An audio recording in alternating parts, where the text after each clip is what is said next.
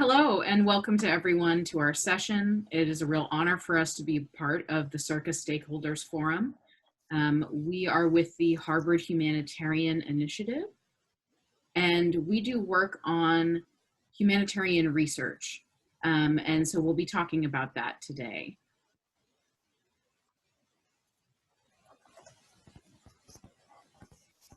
What we'll be talking about today specifically is transformational leadership for community resilience.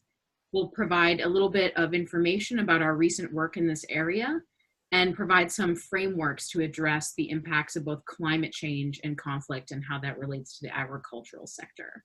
My name is Ariana Marnicio, and I'm the program manager with the Harvard Humanitarian Initiative. And my colleague, Chris, would you like to introduce yourself? Yeah, my name is Chris Mawhorter, and I'm a research affiliate with Harvard Humanitarian Initiative. Great, thanks. So just to provide a little bit of background about the program on resilient communities at the Harvard Humanitarian Initiative, we've been working in the Philippines now and other parts of Southeast Asia since 2015. And our key program goals are to drive innovation in disaster response. This increasingly includes response to climate change impacts as well as conflict impacts. And as we well know, those things are often connected. It is our goal also to gather evidence to support communities. Communities are extremely resilient in the Philippines to natural disasters and have many adaptive approaches already. And how do we amplify their voices and get them the support that they need from their government and the international community? And finally, we provide training to bolster that resilience. Some of that training is related to leadership, which we'll be talking about later today.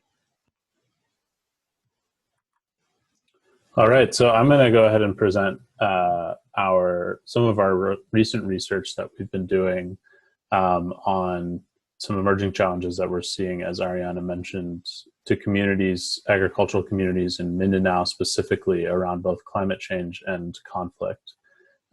We are really glad to be addressing the Stakeholders Forum because we really see agricultural policy, particularly land use and land tenure, as a key to addressing both of these dynamics. And we see these things as overlapping, not just in the policy sense, but also in terms of people's lives. And we think that engaging with women and youth in these communities is crucial to understanding and to transforming the dynamics that we're seeing play out on the ground.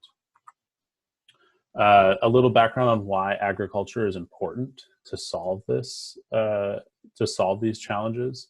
Smallholder agriculture in Mindanao is a really fundamental piece of the political economy in Mindanao. The market structure of agriculture in Mindanao is really interesting. It is known as the breadbasket of the Philippines and produces a lot of products for the export market on large plantations. But the majority of people who work in the agriculture sector are smallholders that sit on 2 hectares or less. And there's 47% of people in Mindanao are rated as food poor in a study conducted by SEAT.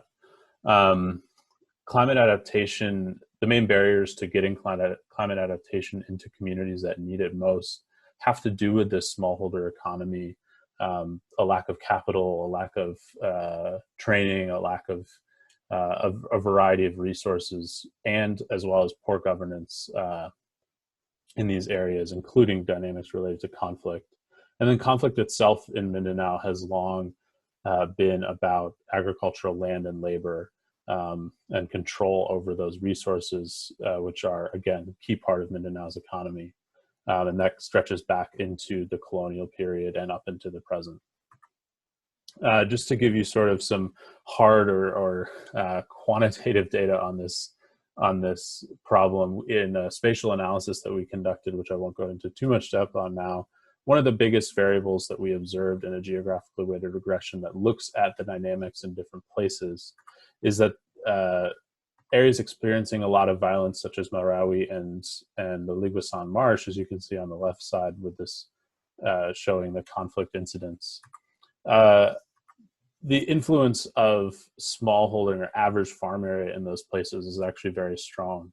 And in a suite of social variables like poverty level and education and health infrastructure, as well as climatic variables like aridity and average rainfall, and slope and elevation. Small farm area actually was a major predictor in some of these hotspots of more violence. But then to get down to a sort of a more fundamental level that our research is really trying to get at is not just sort of where this happens or these quantitative measures, but the lived experience of communities in particular. And we see this in particular with women and youth. They play a really big role in agricultural production, not just on the farm, but in a lot of the ways that households and communities are run, but they don't control access to any of the means of production. And so still, when climate change and conflict hit a community, a lot of burdens get put onto women and youth. But these dynamics also disrupt a lot of the adaptive measures that women and youth take to address these problems. One great example is young women's mobility. Young women are often the most likely to be sent to work in large urban areas or even overseas because of conflict and disasters in their communities. This is because they lack access, as I said, to the ability to take part in the agricultural economy, and because they face discrimination in access to things like healthcare, education, and just basic income. However, when women migrate, they're subject to a lot of risks, including in transit in conflict areas, but also when they get to urban areas or overseas. The protection challenges that they face are well known by many Filipinos. And yet, these are really important adaptive measures that women need, that families take, especially smallholder families, when they're faced with these challenges of climate change and conflict. So we really need to think about these problems as interlocked. And in some of the research that I undertook when I came to the Philippines in January, we conducted interviews with people across different sectors of humanitarianism, peace building and conflict monitoring, and agriculture development. And I'm really glad to be able to present this to stakeholders here, because I think this sector of agriculture development and climate adaptation is taking important steps towards addressing conflict, but I think there's a lot of work that can still be done. In the interviews that we conducted and in the people we talked to, everybody has a story or sort of an anecdote of seeing climate and conflict interacting, whether it's rainfall and violent incidents, or even the adaptive measures causing problems in communities. But there's no integrated policy level response, and that lack of integration even trickles down to the grassroots. And these three silos of humanitarianism, peace building and conflict monitoring, and agriculture and development, really there's a lot of opportunity to be reimagining partnerships, and that's one of the things that we're hoping that you'll take away from this presentation. Why does this happen? Some of the reasons that we identified are operational mandate. People whose organizations say, you know, we do climate, we do peace building, we don't really dabble in these other things, other areas. Also, operational overload. There's cyclical crises from both natural and human-induced disasters. And when you're responding to the next one and the next one and the next one, and they just keep coming, it's hard to really step back and think about how we're going to collaborate or coordinate to address these longer running issues. And then specialization in terms of operations as well. Funding and training are often based on particular areas and really getting into a niche rather than broad-based collaboration. So the bottom line is, while climate change and conflict are inseparable in the lived experiences of communities, and it's really important to sort of integrate our thinking about these if we want to address them, there's not enough collaboration going on the ground. The good news is that all of the people that we spoke to when we've been in the Philippines really realize that this is an overlapping problem. These overlaps are not even really as well recognized in Western countries, but in the Philippines, people get it, and that's a really heartening thing. But the next step is going from recognizing the reality to addressing in a coordinated way. And just some thoughts about sort of ways that we can sort of take this forward. We really need to activate the networks. We need to think about how the funding flows from donors and requiring collaboration in between sectors when you're funding programs. We spoke to a lot of donors who fund things in all of these pots, but not together. Also, academics like ourselves, I think we're taking on a really important, some really important lessons from this in really focusing on the qualitative and the community-centered studies to take these anecdotal experiences that I spoke about into actionable analysis.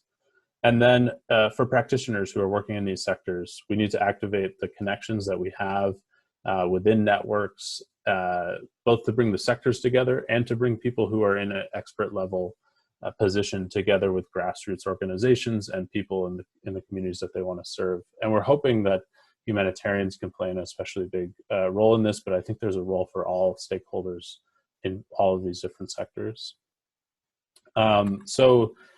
What we're really suggesting is a fairly radical change. We're talking about roles shifting. We're talking about the way that we structure our partnerships changing. We're talking about questioning the fundamentals of what a mandate looks like with regards to humanitarianism or development.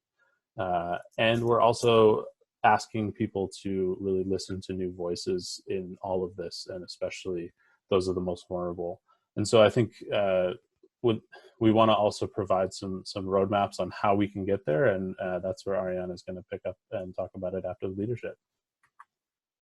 Great, thank you so much, Chris.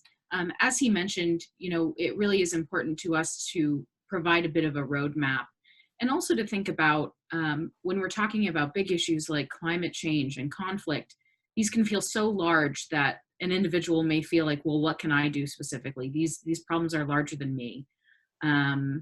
So what I want to talk about is the adaptive leadership framework, which is one that I learned about through Professor Hugh O'Doherty at the Harvard Kennedy School of Government.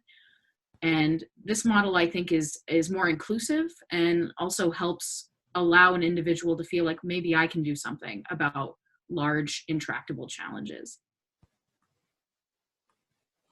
So traditionally, we understand that authority and leadership are the same thing.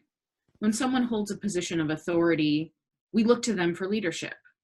Often those who are considered leaders in our organizations or our schools or our governments are also people with authority. This traditional model, I don't think is where we can go. I think there's more to this model, and that leadership is distinctly different than authority. Authority is primarily a position. So authority is the power entrusted for service. Anyone here, we're at the Stakeholders Forum. Surely there are many people who have authority in their organizations that are here with us today. And you know how stressful it is to be that person entrusted with that power to provide service to your organization. People will demand of you the following: direction. Where do we go next? What do we do? Alternatively, sometimes I know myself, I've looked to leadership in my organization and said, why aren't you telling me where to go? What's the next step? Why aren't you taking action? Right? So we demand these things of authority. We demand protection. Keep us safe while we do our work and make these changes. And also maintain order. We don't want to be in a chaotic environment. As the person in authority, you have to maintain that order. So ultimately, authority in general is a position, right? It is a position entrusted to someone and they are entrusted and they have to provide these three things: direction, protection, and order. Alternatively, leadership is an activity. It's not a position. So I want to directly contrast those two things. When we think about traditional authority, I think there's often a picture in our minds of kind of like a strong man. Certainly strong men have been very popular in global politics over the past several years. And we want them to take care of us. We want them to be our fathers. But I think in our lived experience, and this is going back to what Chris was talking about how the lived experience is different, there are many examples we each have of people who had incredible impact in our lives and our communities who did not hold authority positions. They were not told by society that they were supposed to be in charge, and yet they made change, and yet they took the lead. I think this is especially an important lesson to think about for young women and girls. Often societies that are patriarchal do not support them having authority positions. Perhaps in societies where when you're younger, you can't really hold authority until you're older. So when do you get to take the lead? We all have a chance to make an impact regardless of that, whether we have that position. So to directly contrast authority and leadership more clearly, authority provides directions to follow. This is what you do next. This is where we go from here as an organization. That's very reassuring to have someone telling you that, what the next step is. Leadership, by contrast, determines what the problem is to solve. Sometimes in organizations, talking about mandate, as Chris was, we do what we've always done. And rarely do we get the opportunity to really ask, are we doing what we're supposed to be doing? Are we doing what our communities need us to do? Sometimes you have to re-diagnose what the problem is that needs to be solved. Authority protects the group. It protects them from danger. It keeps them safe and almost in a little bubble of security. Alternatively, good leadership identifies what the threats are, but it doesn't sugarcoat for the group. It doesn't make the group kind of unaware of what is going on, right? It makes sure it's like there are these threats on the horizon and we need to think about them, even if that is scary or difficult for us. Authority keeps everyone calm, but calmness is a sort of numbness, I think. Leadership encourages everyone to be alert. And again, there's some fear, there's some discomfort with knowing that maybe we're not safe. Maybe there's something that we need to do that we're not doing. Authority delivers exactly what people want. When you have people demanding things of you, in order to maintain your authority, you really need to give it back. It gives them what they ask for. Whereas good leadership will say, I know that you want this, but perhaps what you want is dangerous to you. Perhaps what you want doesn't allow you to progress. Maybe you need something different than what you're asking me for. And finally, authority is very orienting. It's safe, it's familiar, it's the status quo. We want people to tell us what to do. Whereas leadership is disorienting. Sometimes that means it's challenging those who have authority. Sometimes it means challenging the ways that we think about what we do, what our work is. These are the types of things that make leadership really actually difficult and leading to a lot of disequilibrium in the organizations that we work in. So when we're in these states of disequilibrium, when we're really pushing the boundary, what do we need to do to continue to lead in these environments? So the first is diagnose. What is at stake for the people who are affected by this change that I proposed or that I know needs to happen? Who will experience loss if this change is made? Part of what Chris had mentioned is this idea that we need to work differently across sectors. This is a really radical change. And people will experience loss, this idea of, oh, you're making me question my mandate. You're making me rethink my partnerships. This isn't how it's done. This feels scary. This feels like a loss. So thinking about who will experience those losses. Next is connection.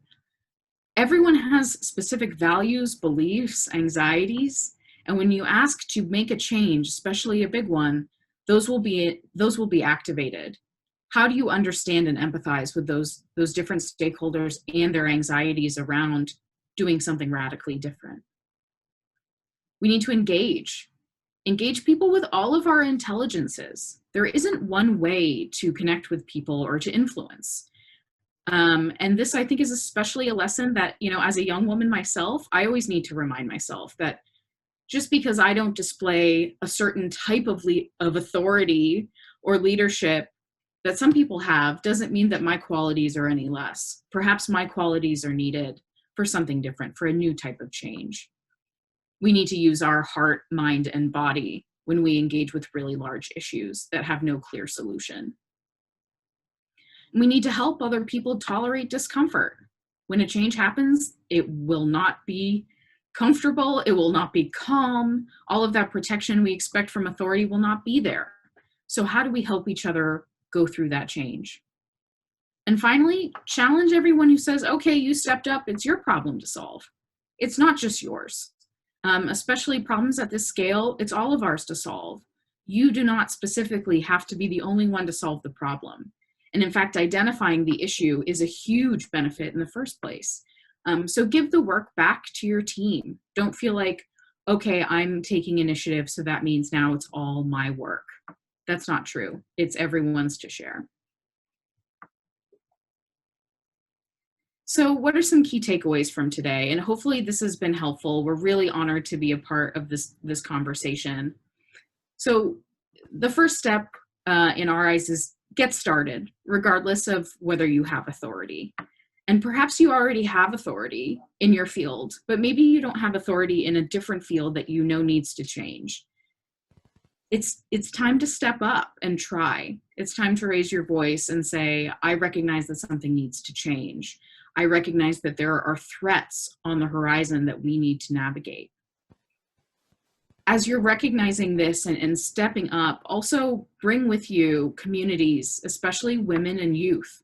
Make sure that all of your stakeholders, regardless of their level of authority, are there with you talking about what is going on and how to prepare for it. Another thing, as we kind of bring these takeaways to circle back to, is just building collaborations outside of the sector. I think Stakeholders Forum is a great place to sort of bring people together around these issues, and I hope that this will be a place where also maybe people from different communities outside of agriculture and rural development can get plugged in. I think SEARCA is a place that can convene, and there are definitely needs for convening. And then activating those networks like we were talking about, and really reaching outside of the traditional silo that you're in to build collaborations. And then once you have those collaborations and networks in place, work together to diagnose the problem again. Think about it holistically, not just in terms of kind of, okay, what do we need to do for climate change or agricultural development in these communities, but what do we need to do for agriculture development and climate change, with the notion that climate change is going to be affecting this community going forward, and that they're already experiencing conflict. They're already experiencing perhaps poverty or lack of access to certain things. And as you're re-diagnosing, again, bring those communities into the conversation, especially those folks like youth and women who don't have the access to necessarily all of the means of production, the way, the inputs, the knowledge, all of that. Bring them along. And then as you re-diagnose the problem, also generate activities that will meet a new problem. Create the new benchmarks and go after them with these collaborations. And sort of redefine what it means to intervene in a community. I think that that's a really important piece of the process too, making the rubber meet the road.